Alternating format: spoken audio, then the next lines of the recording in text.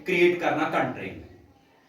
सबसे बड़ी बात होती है कि आप क्वेश्चन पूछ सकते हैं रोड्स और स्कूल्स, जो गवर्नमेंट आपसे टैक्स लेती है उन्हीं टैक्स के पैसों से आपके स्कूल्स बनते हैं, रोड्स बनते हैं, लेकिन इसके लिए केयर टेकर जो होता है, इसको बनाने वाले जो होते हैं वो गवर्नमेंट होती है। हर किसी कंट्री को जरूरी होता है कि वो एक क्या लाए, गवर्नमेंट हो।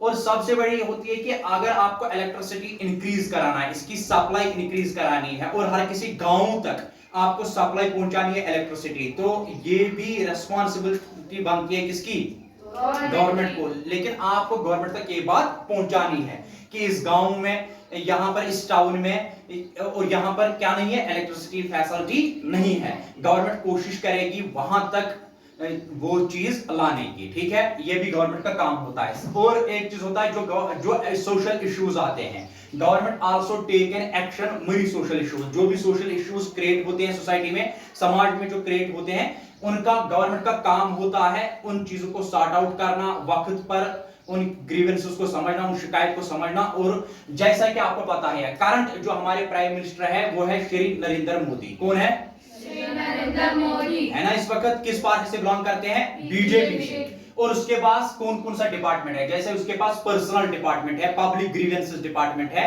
जो भी शिकायत आती है चाहे वो स्टेट की हो, सेंटर की हो, वो सीधे जाती है आपके प्राइम मिनिस्टर तक, यानी कि पब्लिक ग्रीवेंस का मसला भी वही देखते हैं। अगर कोई भी शिकायत हो, कुछ भी चीज हो, तो आपको पहले तो लेफ्टिनेंट गवर्नर के पास वो चीज पहुंचनी चाहिए आपके स्टेट में। जैसे कि हमारी स्टेट जो है वो क्या है, यूनियन टेरिटरी है। जब वहां से आपको लगेगा कि ये सॉर्ट आउट नहीं हो रहा है, ये चीज हमसे सॉर्ट आउट नहीं हो रहा है, तो तब आप बिना किसी झिझक के आप ये बात प्राइम मिनिस्टर तक भी पहुंचा सकते हैं, क्योंकि ये डेमोक्रेसी है। और डेमोक्रेसी में हर चीज का आपका, क्योंकि गवर्नमेंट जो होती है वो कानून बनाती है, government makes laws everyone who lives in the country, हर कोई जो कंट्री में रहता है, लेकिन उसको हैज टू फॉलो दीज, इनको यकीनन करना चाहिए कि इन लॉज को, जो भी गवर्नमेंट लॉज बनाती है, इसको फॉलो करना पड़ता है। क्या करना पड़ता है, फॉलो करना पड़ता है, हर चीज को देखना पड़ता है। हर चीज में ये नहीं कि आप कानून को तोड़ोगे और फिर गवर्नमेंट से वो चीज मांगोगे जो चीज आपके लिए पॉसिबल नहीं होगी, आपको उन चीजों पर चलना होगा।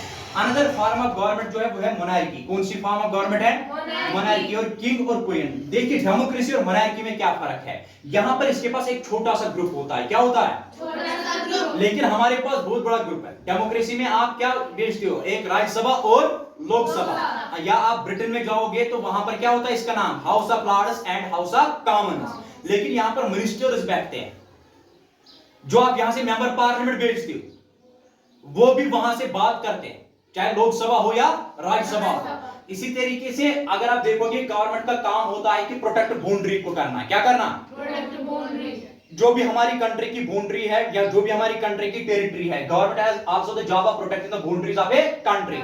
और इसका काम है मेंटेन पीस करना, यानी कि पीसफुल एनवायरनमेंट क्रिएट करना कंट्री में। जिस कंट्री में पीसफुल एनवायरनमेंट होता है वही कंट्री डे बाय डे क्या करती है, तरक्की करती है ना। आसान सी बात है कि अगर आप समझोगे, जिस घर में शांति होती है, जिस घर में खुशहाली होती है, जो घर हंसते हंसते सबसे बात करता है, वो घर डे बाय डे क्या करता है, तरक्की करता है। इसी तरीके से अगर हिंदुस्तान में एक पीसफुल एनवायरनमेंट होगा, अगर इंडिया में एक पीसफुल एनवायरनमेंट होगा, तो ऑटोमेटिकली जो हिंदुस्तान है वो दिन ब दिन क्या करेगा, तरक्की करेगा।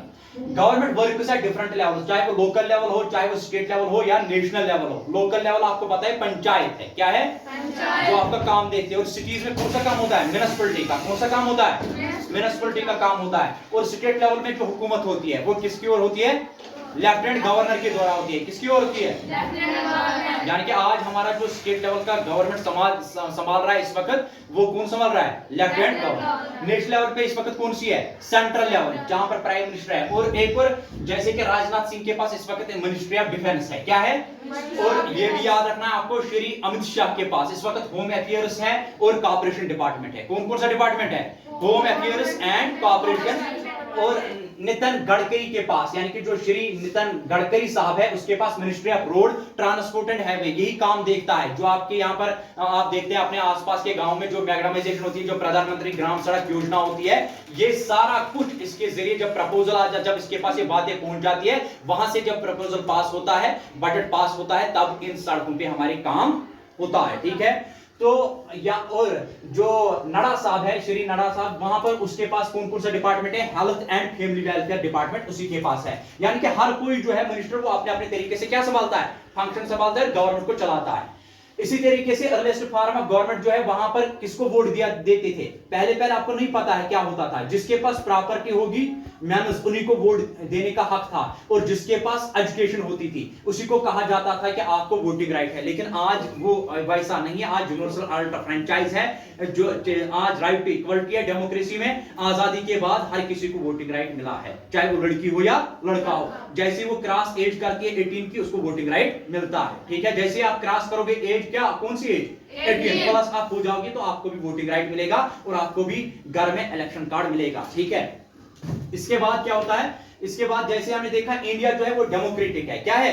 डेमोक्रेटिक कंट्री है। Long and inevitable struggle of the Indian people. इसमें क्या होता है? हमने ऐसी डेमोक्रेसी के लिए बहुत सारे लोगों ने कुर्बानी दी है, सैक्रिफाइस दिया है, डिवोशन दिया है, और इस कंट्री के लिए बहुत ज्यादा उन्होंने ब्लड सैक्रिफाइस किया है। तब आपको डेमोक्रेसी मिली है, तब आपको राइट टू इक्वलिटी मिली है, तब आप इतनी ज्यादा अच्छी एजुकेशन हासिल कर सकते हो, तब आपको freedom of speech and expression मिला है, तब आपको ये चीजें, राइट टू एजुकेशन मिला है, राइट टू हेल्थ मिला है, और आजकल आप इतनी ज्यादा चीजें एंजॉय करते हो उनकी बदौलत जिन्होंने उस वक्त सैक्रिफाइस दिया है, जिन्होंने बात की है कॉलोनियलिज्म और इंपीरियलिज्म के खिलाफ। ये था आपका छोटा मोटा सा टॉपिक। मैं और मिनिस्टर्स के बारे में भी आपको बताऊं बाद में, लेकिन आज का टॉपिक जितना था, मैंने पहले कहा रोड्स एंड स्कूल्स, टैक्स, जो भी पीसफुल एनवायरनमेंट क्रिएट करना है। गवर्नमेंट के पास बहुत सारी रिस्पांसिबिलिटी है, लोगों की भी रिस्पांसिबिलिटी बनती है, जो कानून वहां से आते हैं उन कानून पे अमल करना। तब कंट्री में कौन सा एनवायरनमेंट क्रिएट होता है? पीसफुल एनवायरनमेंट, और वही कंट्री क्या करती है? तरक्की करती है। और एजुकेशन पे जितना ज्यादा आप जोर दोगे, जितने ज्यादा पीसफुल पढ़ोगे, और जितना ज्यादा आपका हेल्थ अच्छा होगा, एजुकेशन हेल्थ होगी, और उसके लिए जो भी है, मैंने पहले कहा हमारे प्राइम मिनिस्टर के पास, आपके पास कौन कौन से डिपार्टमेंट्स है, होम मिनिस्टर के पास कौन सा डिपार्टमेंट है, इसी तरीके से आपको हर मिनिस्टर, कैबिनेट मिनिस्टर्स का